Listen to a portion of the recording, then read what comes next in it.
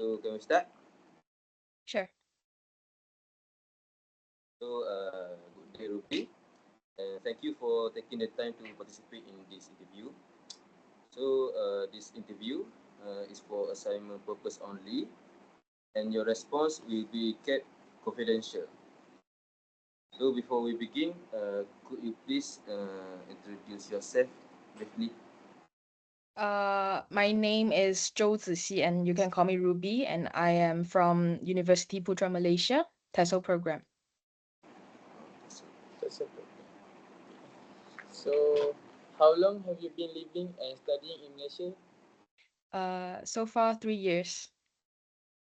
3 years.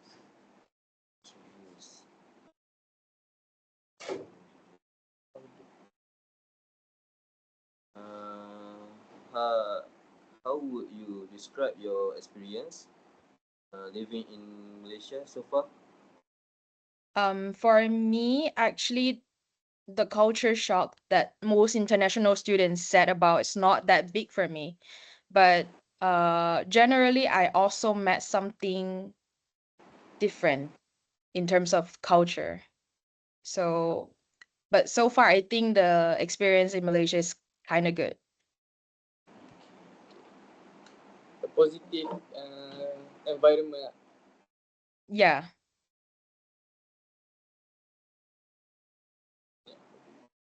So, how do you feel about studying in multicultural environment?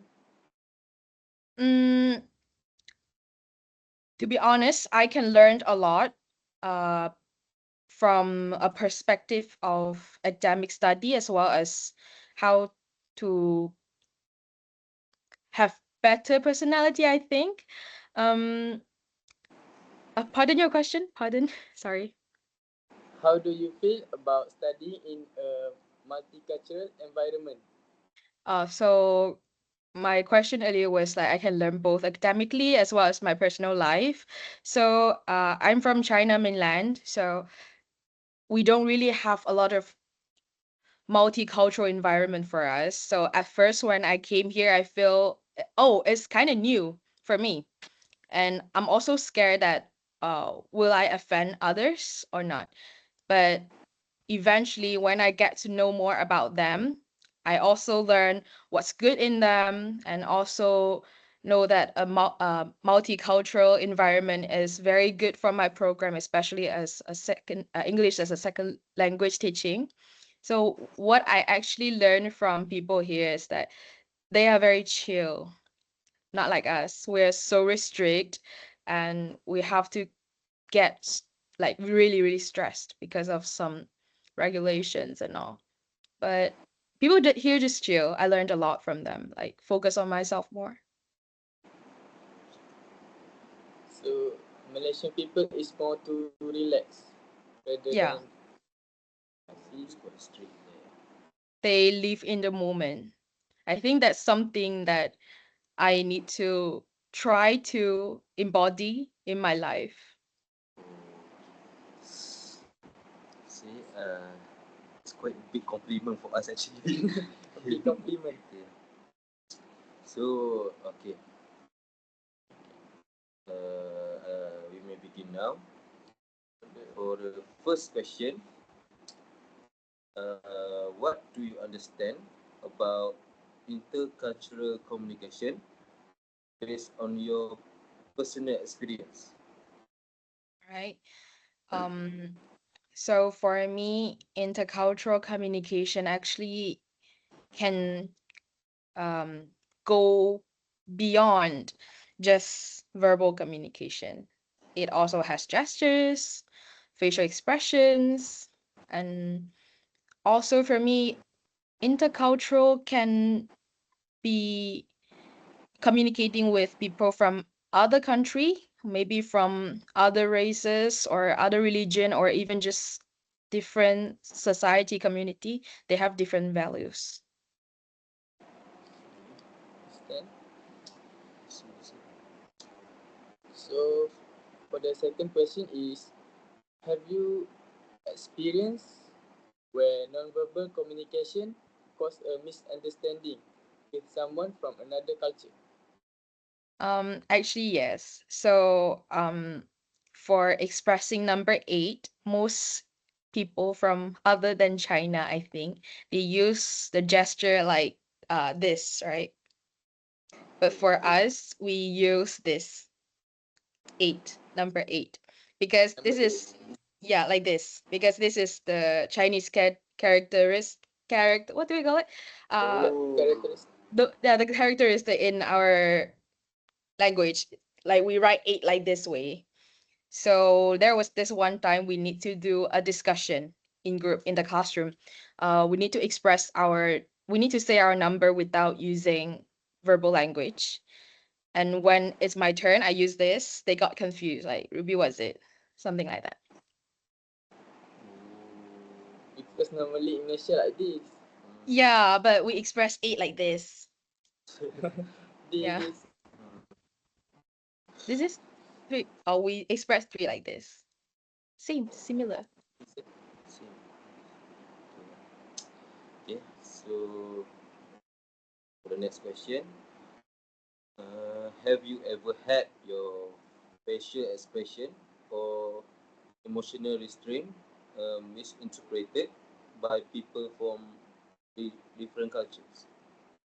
Um, so for people who comes from China mainland, they actually have the culture of to be more reserved considering the emotional express.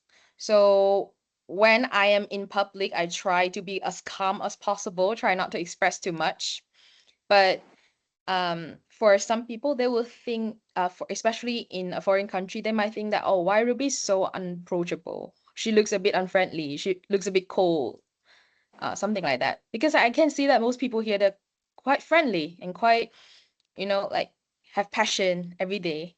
Try to approach you to you, like greet you and everything. So I think I also got misunderstood once because people will said to me after knowing me and they were like, Ruby, at first I think that you're very unfriendly to deal with, something like that.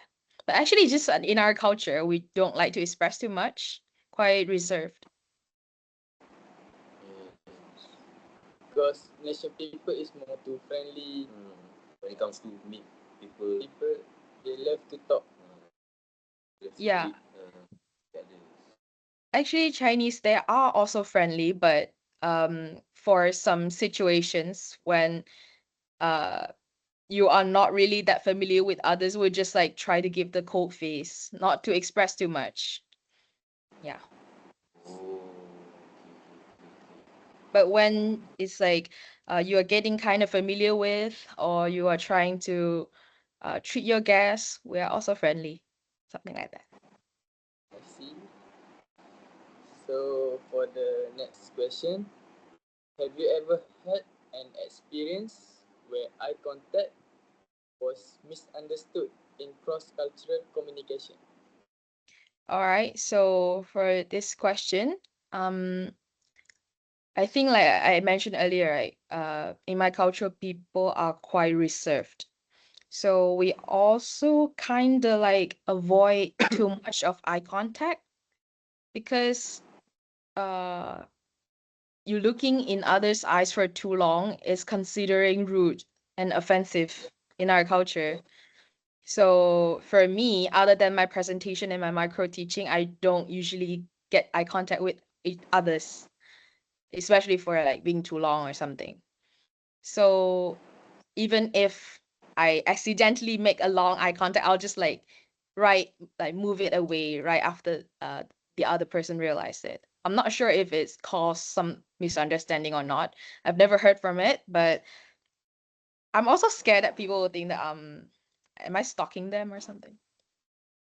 oh, Or is she unfriendly that she like me? She doesn't want to make eye contact or something like that. But I've never heard any response from others. for you, uh, eye contact is for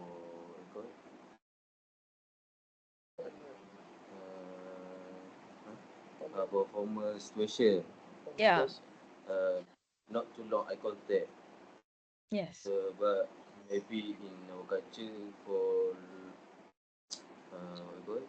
Making eye contact is Making more contact is friendly. more friendly and more respect. While we're talking, look at their eye like that. All right. So, did you feel awkward when having a long eye contact? Pardon? Uncomfortable. It was a bit laggy Did you earlier. feel, did you feel uncomfortable or awkward when you do a long eye contact? Yeah. Different. So next, have you encountered misunderstandings with people from other cultures because of different views on time and punctuality? Oh, actually, yes, especially during my first year. Uh, we always attend something on time, or even like 5 or 10 minutes before that. So when I was in first year, my lecturer in my co-curriculum told me to get to that place at 3 p.m. or something. And by the time I arrived there was no one actually. And after like 30 minutes, okay, some people like coming in. So after that, I was actually quite shocked. And after that, I get to know more about it. I asked my batch, uh, and then I understood that, oh, people here, they're quite chill and they don't really have a rush life, quite chill actually. So afterwards, especially during this semester, I also have some small group meeting. So when my group leader said we need to have a small gathering at 2 or 4, maybe 4 p.m., right? And then I'll ask, you said 4 p.m., is it like 4:30 in Malaysian time? Like in a very friendly way. And then say, oh, Ruby, you finally get our culture, something like that. Yeah. That's what we call janji Melayu. Melayu. Ah, all right. Melayu promises. It's normal in Malaysia to be late. I can see that. Will be normalized for that. So, for the next question, have you experienced situations where silence was interpreted negatively in intercultural communication? um, is it the communication in verbal or non-verbal? Non-verbal. Non-verbal. Hmm.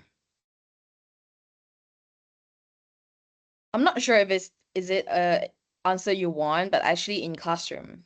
Mm, for Chinese classroom, we usually have this very, very teacher-centered classroom where student doesn't have a lot of opportunities to speak up their ideas or express. And so in that kind of situation, teacher needs to talk a lot. So keeping silence mean that we are showing respect to teacher. But here is different. They the teachers or the lecturers here, they expect to hear more from the student for being like responsive and all. But most international students, they just keep quiet. Doesn't mean that we're not showing respect. It's actually doesn't mean that we're not interested in it. We're just showing respect. Or maybe we need some time to think about how to answer the question. Does that answer your question? Yes, Yes. answer. Yeah, I think it's more like a classroom stuff. Yes. Okay. So,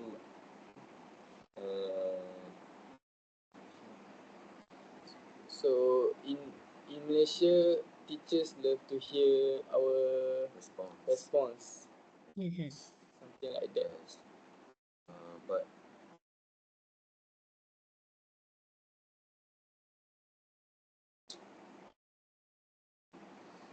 for in casual situation, a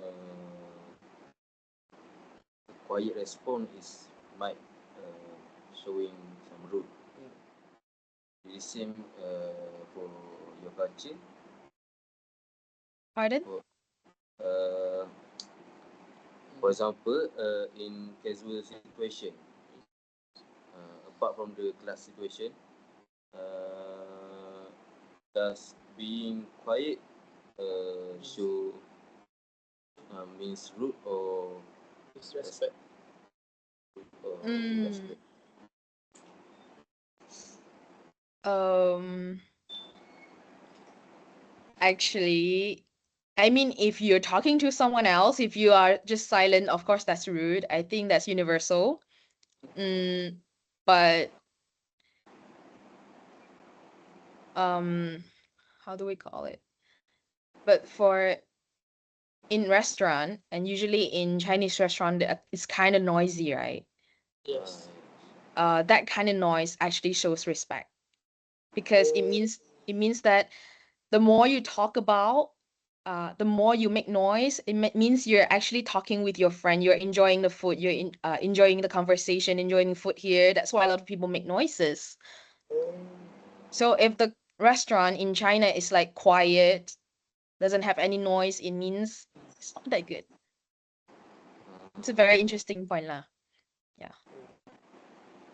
And also in terms of areas, there's difference as well. Um, I think it's a little bit of stereotypes, but I would say, through my observation, I think it's true. So for southern Chinese, southern part from mainland, they are even more reserved compared to northerners. For example, I'm southerner, so I don't really talk that much. oh, Yeah. different. Some areas I'm not sure about this, but I heard that people from Malacca, they are kind of like they talk a lot, but not in a bad way. They talk a lot and they're loud and but actually they're friendly, is it? Yes. yes, yes. I In Ma- think Northern Chinese is like that. Oh, in Malaysia, normal noisy in restaurant, mama, normal.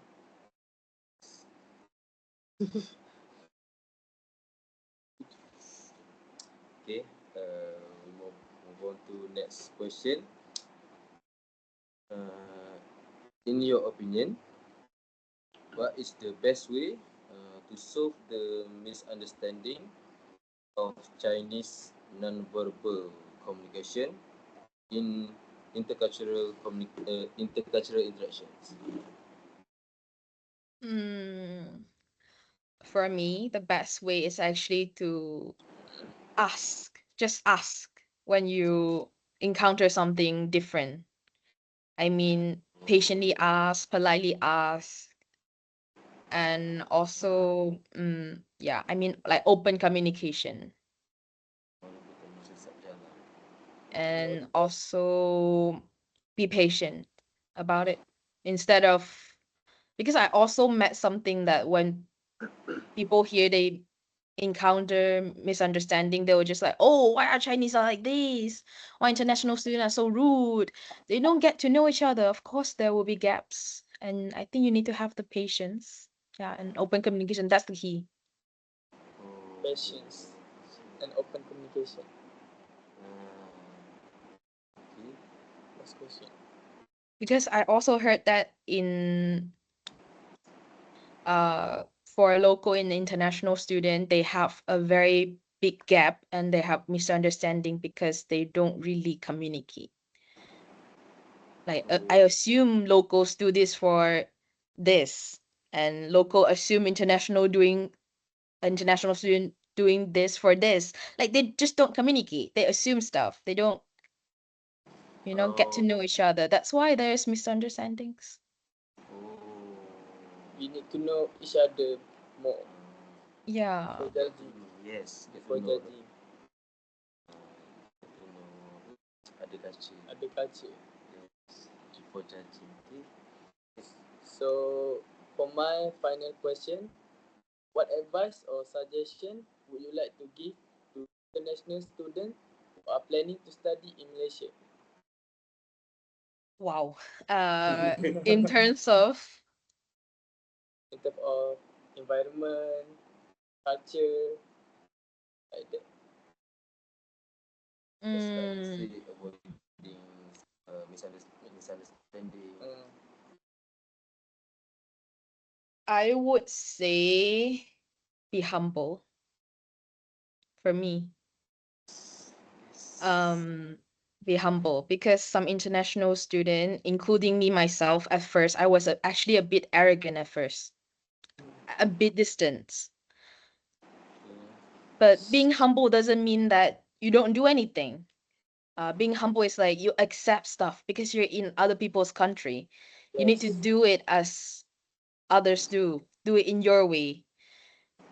And do it in your way meaning that you need to accept something that is new and don't just brag about how good you are or how good your country is nowadays because I met some stuff like this. So I would say be humble and um others I don't know work hard really and don't just depend on others. Yeah. And there's also some suggestion I gave to my juniors. I would suggest them please group with local students instead of gathering with international students. It will make you lazier. Mm. I mean, I might not be a very good example of being very, very diligent or being very, very like a leader or lead something, but I would say I'm trying to adapt. I'm trying to work hard. I'm trying to understand what you're thinking and what I mean. Yeah, I'm just trying to accept stuff. So uh, adapt, adapt with other culture. Yep. Try to adapt.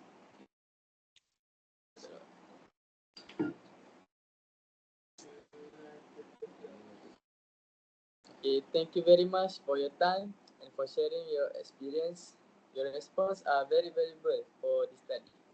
Thank you, Ruby. Thank you. You're welcome.